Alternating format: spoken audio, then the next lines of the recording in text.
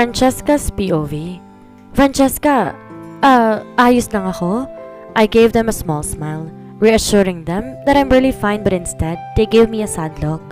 Grabe naman ang tingin na yan. Tawa ko pa pero nagtunog, walang emosyon lamang iyon. How can you say you are fine while crying? I noticed Kairis and her eyes would unshed tears. Unti-unti siyang naupo katapat ko. Ginagaya ko nasa lapag. Because I am, I trailed off and smiled. Bakit ka gumagaya sa akin? Madumi dito sa lapag. E di sama-sama tayo sa dumi. Febby said, and my heart felt lighter when she sat on the ground too, not minding her scraps getting stayed from the dirt. Girls, I pouted when they smiled gently. I began sobbing again. Ang sakit-sakit. I cried loudly and tapped my chest. Ang sakit-sakit. I felt her warm embrace while I was sobbing so hard and did not say anything. They just left me vent out everything. All my frustrations, every pain I have slowly piling up on my chest, giving me the feeling of numbness. I let it out by crying. Malalim na atang gabi na matapos ako sa pag-iyak. It was Castor who's here, trying to say jokes at natatawa ko kahit papaano. Nililibang ang sarili. Sorry for being late. Bumaling ako sa pinto at nangiti nang makita si Brian. My son is acting up. Gusto niya raw ako papatulog sa kanya. Nag-abala ka pang pumunta? I called. It's okay, Brian. It's not like it's a big deal. It is a big deal, Francesca. Busangot niya bago tinapik ang hita ni Castor para makaupo siya sa tabi nito. And your husband called asking to check on you. Lahat kami natahimik at si Kairis pa ang nagsalita. He did? Really? Oo, bakit? Ano bang nangyari? Brian asked, confused. Napapahawak pa sa batok niya. I was with my girlfriend earlier when he called. He said if it's possible to check on you here in the hospital, and then it's obvious you cried, so it's a big deal. Turo niya sa mata ko kaya napanunok ako. Wala. Iling ko pero hindi siya naniwala. At sa sobrang kakulitan, pinagkwento ko na si Febby na G ko magkwento with facial expressions pa at hand movement.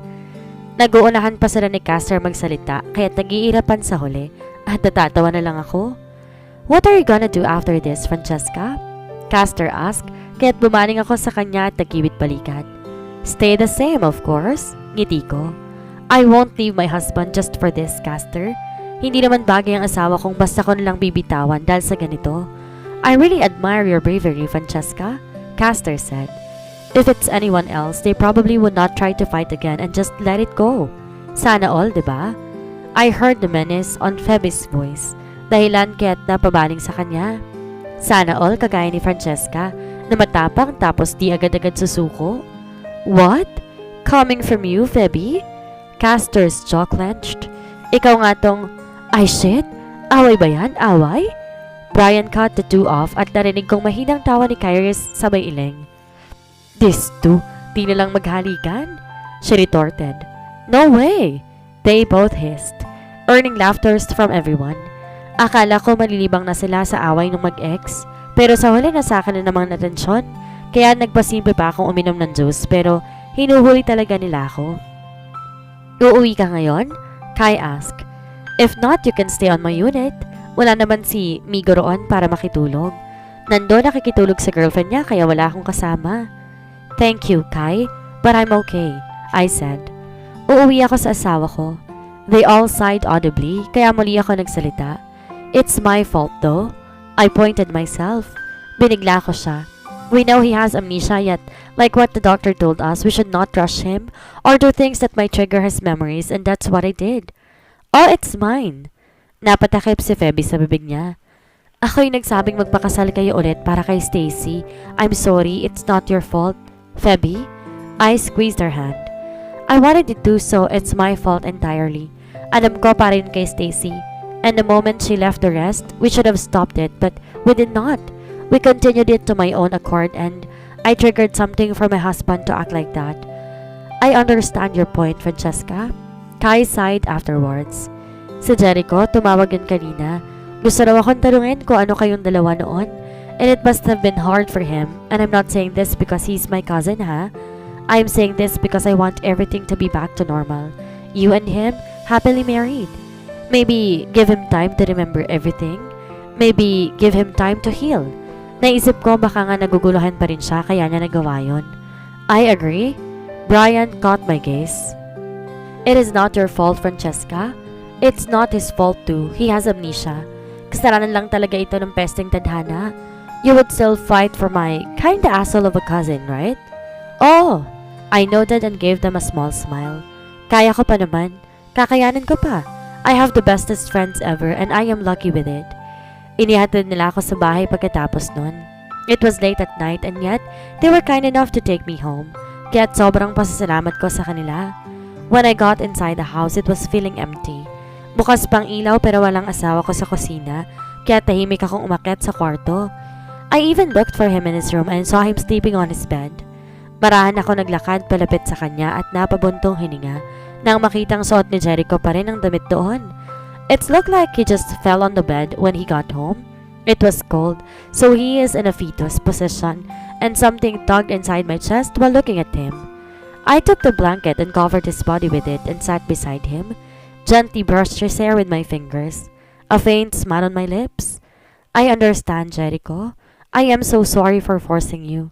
Bulong ko at unti-unti. Tumungo ko para hagkan ang kanyang noo at natatagal yun doon. A tear fell. Kagad ko yung natanto kaya't lumayo ako at hinawi yun bago tumayo at umalis. When I got into my room, I cleaned myself and when I was about to go to bed, a thing caught my attention. Naguguluhang naupo ako roon at ang luha tila bumalik nang makita ang mini bouquet na naroon. Baby's breath. Attached is a small sticky note and with my trembling hands, I took it and saw his note. I'm sorry. Pinikit ko ang mata at niyakap ang bouquet na binigay ni Jericho at may luha pa sa mga mata. Nakatulugan ko ang sakit na nadarama. The next morning, hindi ko na naabutan ng asawa ko pero may pagkain na kahain sa lamesa namin. It's his first time cooking for me. Bulong ko sa hangin at naupo sa stool. Nakangiting kinakain kong agahang inihanda rin ng asawa ko. When I got to the hospital, si Stacy kaagad ang binisita ko. She was happy upon seeing me. She even hugged me with a wide smile on her face. Mama Francesca, galing po dito si Papa Dean, she said happily, making me smile. Really? Opo, Mama. Bigay niya po tong flowers, oh. She showed me a mini bouquet like what I got last night. Just that it's sunflowers. Oh, that's too pretty. Love na love talaga ni Papa Dean ang Stacy namin. I grinned, pinching her cheek. Opo, and love na love rin po ni Papa si Mama Francesca. Papa Dean said he also gave you flowers last night po after the wedding niya with me as the flower girl. And Papa said he loves me, that's why he gave me flowers. And he gave you one too, kaya't love ka rin niya.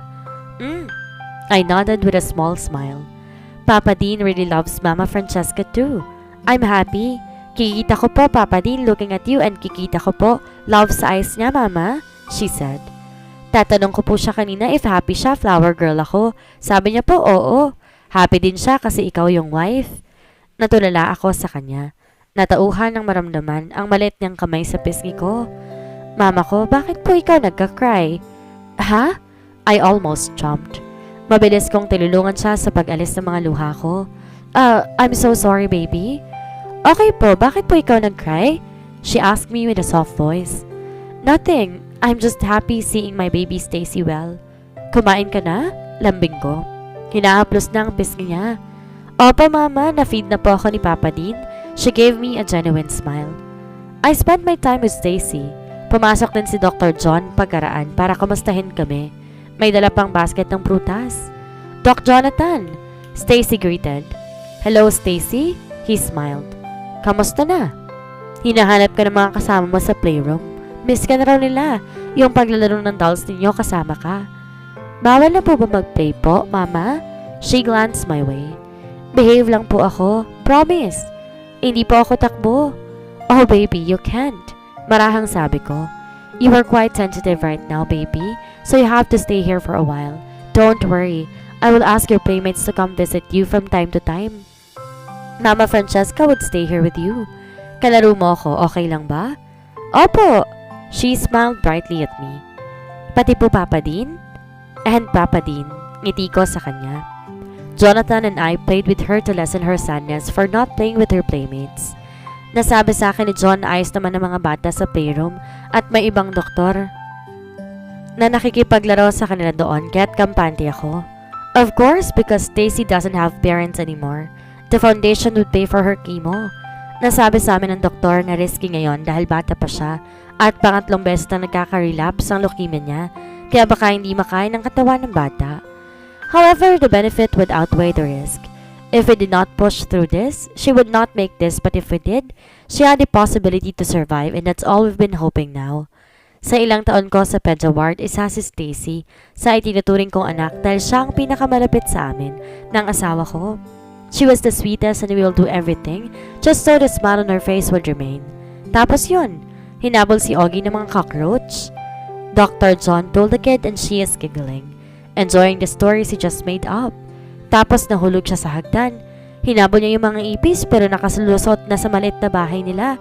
Kaya humabol siya kaso nauntog kaya boogs! May sound effects pa si Doc kaya't sabay kaming natawa ni Stacy sa kanya. The door suddenly opened. Tumatawa pa ako habang nakatingin doon pero kaagad na napaayos ng umupo na makita ang asawa kong papasok. Jericho? Papa Dean! Stacy cheered. His jaw clenched when he saw who's inside. Ang malamig ni Jericho ang mga mata, nahuli ang akin pero kagad siyang umiwas at tahimik na lumapit sa amin. Napatayo ako. I saw Dr. John stood too and greeted him but he did not answer him and glanced at Stacy, and despite the annoyed expression on his face, he smiled at the kids. Have you eaten lunch, Stacy? He asked her gently. Nagpaluto ako ng pagkain mo. Hindi ka pwede ng matatamis. Kailangan yung veggies and fruits. Is it bitter po, Papa? She pouted. Ayaw ni Stacy ng veggies. For sure, masarap namang veggies ang pinaluto ni Papa Dean. Right, Jericho? Baling ko sa asawang natigilan at saglit na pasulya pero tumango rin. Of course! Papa Dean always wanted the best for Stacy. He smiled. The small dimple got exposed. Yay! She chirped and hugged him. Papa, kanina pa po nandito si Mama Francesca at saka si Doc. Kukwento po nila sa akin yung si Augie and the cockroaches. Ang lakas po ng tawa ni Mama. Namilog ang mata ko. Natawa pa ng bahagya doon. Hindi kaya... Oh, you are laughing the loudest, Francesca. Dr. John chuckled kaya't nailing na ako at nahiya. Lalo pa na mapansin ang titig ng seryosong mata ni Jericho sa akin. Doc John? Dr. Francesca? Nababaling kami sa pintuan nang may kumatok at nakitang nurse sa Pedja Ward na nakadungaw. Hello po, may mga parents po sa ward. Hanap po kayo, may concern po ata. Alright, we're coming. John smiled. Sige, una na muna kami. I said and smiled at her. Stacy, balik ako mamaya. Jericho, baling ko sa asawa. Una na muna kami. He did not answer but the brief nod that he made before touching Stacy's hair is enough. Kaya umalis na rin kami. When we got to the ward, nakausap namin ang mga magulang na nagtatanong sa kondisyon ng mga anak nila. They were also delighted na magbubukas kami ng mini library at nursery dito sa ospital. Kaya planong-plano kami ni John tungkol doon. Miski sa lunch, dadala na namin yon. Oh, kinuhaan kitang Caesar salad. Gusto mo to, di ba? Dr. John teased, making me chuckle. You know me well now, huh? I raised my brow playfully. Hinawi ang buhok bago na upo sa kanyang tapat para kumain ng lunch. Naman, ilang taon na ba tayo magtrabaho? You're a very efficient and great colleague, Francesca. No wonder the hospital wanted you from the very start. Such a flattering statement, Doc. I touched my chest. I'm pleased. We both laughed. Inalis ko ang pagkain sa tray at ganun din siya. At habang kumakain, hindi kami magkamayo kakaisip sa plano naming mini library. How about the books? May supplier kaya tayong pwedeng makuhaan? Oh, don't worry about it. I smiled at him. You know Kairis Falcon, my husband's cousin? She is a writer and she knows publishing houses or suppliers where we can get children's books and learning materials. That's great. Buti nilang madiskarte ang reyna ng dibdibang lupa na San Isidro. He stood and ruffed my hair, making me laugh. Hoy! Tinapik ko ang kamay niya. Paano mo nalaman yan? I overheard Nurse Febby teasing you. He smirked kaya't nailing na ako habang natatawa. Ikaw talaga? Nga pala, how about our mini nursery? May improvement pa sa paghahanap ng designer? Oh, I actually made contact with a known architect. He smiled. Bago pa tayo magpa-approve. Advance kasi kung mag-isip na ma-approve kaya nagpagawa na ako ng draft. Really? OMG, patingin naman. Sure. He stood and sat beside me, showing me his tablet. The architect's name is Sierra Valderrama. She's great. Yeah? Yes. Tango kong namamangha at nag-zoom sa sketch. Napapangiti dahil maganda na kahit di pa tapos. Ngayon pa kayang ayos na? I heard she's also designing their hospital kaya pagkakarinig ko, I contacted her immediately. Swerte nga kasi nakakuha ko ng slot kasi punuan daw. Galing naman, Doc. Sinig ko siya na natatawa. I approve. Naks naman. Kaya swerte akong kasama kita eh. Bolera. Siko niya rin pabalik kaya tatawa ko. Pero nawala rin yon kaagad. Naiwan sa area ang tawa ko nang makitang pamilya ng likod ng asawa ko habang naglalakad papalayo. Mukhang galing sa cafeteria kanina. Nakapamulsa at diretso ang tingin. Oh, si Dr. Falcon pala. Ani John. Sabay ba dapat kayo magla-lunch? No. Iling ko at bahagyang ngumiti. Kain na tayo, Doc, para maasikaso ng mga bata. Buong araw hindi ko nakita ang asawa ko. Hindi ko na siya ulit bumisita kay Stacy kaya hinahanap siya ng bata. Sinabi ko na lang may patient si Jericho kaya ayos na siya. I even checked him on his clinic at ang sabi lamang ng kanyang sekretary. Buong araw daw nasa delivery room si Jericho. Intindihan ko naman. I spent my whole time with the kids, checking on them and playing. Malalim ng gabi nang matapos ako at nasabi sa akin ng tao sa department ni Jericho na kanina pang 7 umalis ang asawa ko kaya panigurado nasa bahay na siya. I went home, startled upon seeing empty bottles of liquor on our living room. Binaba ko ang bag ko. Tinanong ang helper naming nandito isang beses sa isang linggo para maglinis dahil wala kami madalas ng asawa ko. Naku ma'am, naabutan ko rin po kaninang umiinom si Doc. Aniya sa akin. Nakadalawang bote po ata siya o 3. Tapos umakyat na lang sa kwarto. Hindi na po bumaba ulit. I got worried. Pinasuyo ko sa kanyang basyo ng alak at tinakbo ang kwarto ng asawa ko at nagtaka nang di ko siya makita sa kama. I looked around and my eyes widened upon seeing him sitting on the ground in the corner of his room with his knees on his face. Jericho? I called. Mabilis kong binaba ang bag sa kama at tinakbo na ang asawa ko. Dumukong ako sa harapan niya at agad na naamoy ko ang alak na humahalo sa pabango niya. Mabilis inangat ang ulo niya at may kung anong natusok sa bibig ko na makita ko ang mga mata niyang nakatingin sa akin. Unlike before, I saw emotion on his black orbs. The unshed tears, obvious now that I'm looking at it. What happened? Marahang sabi ko at inabot ng pisngi niya. Why did you get drunk? Are you okay? Sa pasyente ba? Why are you not mad at me? He asked, staring at me. Ha? Naguluhan pa ako nung una, pero naintindihan ko rin pagkaraan ng ibig niyang sabihin. Kaya mas umayos ako ng upo sa lapag at mas sinaplos ang pisngi niya. Why would I get mad? It's my fault. I forced you. I'm an asshole, Francesca, he pointed out. I left you there like a coward. Nangilid ang luha ko sa narinig. Pero tinatagan ko ang sarili. You were triggered, aren't you? You left because you were confused, correct? I'm sorry. He lowered his head. You don't have to apologize. I wanted so bad to remember you, Francesca. Hearing that, it made me tear up. Hindi ko na napigilan pa ang luhang mahulog sa pisngi. Jericho, I want to be... He began snobbing, making my heart ache. Inaalala ko naman eh. Pinipilit ko naman. Jericho, please. I shook my head. You don't have to force yourself. I'm jealous. Francesca? His voice roared. Selos na akong nakikita kong may kasamang iba. Umawang ang labi ko. Di ka agad nakasagot. Hindi ko alam pero nasasaktan ako. He exclaimed. Ang bigat ng pakiramdam ko. Pero wala. Wala naman akong karapatan kasi wala akong maalala. Wala akong maalala.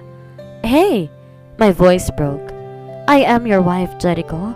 You don't have to be jealous of anything, okay? You don't have to. But I want to. He shook his head and pulled his hair frustratedly. I want to remember. I tried searching for you in my goddamn broken memories. Gently, I cupped both of his cheeks and stared at him. Did you found it? He remained staring at me, his eyes bloodshot and lonely. Frustrated and shook his head. No! I bit my lower lip and cried. Nanatili si Jerichong nakatitig sa akin. Ang mga mata, hilam din ang mga luha. I want to remember you, he uttered. I wanted to know why my chest aching when I'm seeing you. Gusto kong malaman bakit. Shh! I shook my head. Hinahawi ng daliri ang mga luha sa pisngi niya. We will find your memories together, okay? Paano ka? His voice broke. Paano ka naman? Ayos lang ako, bulong ko.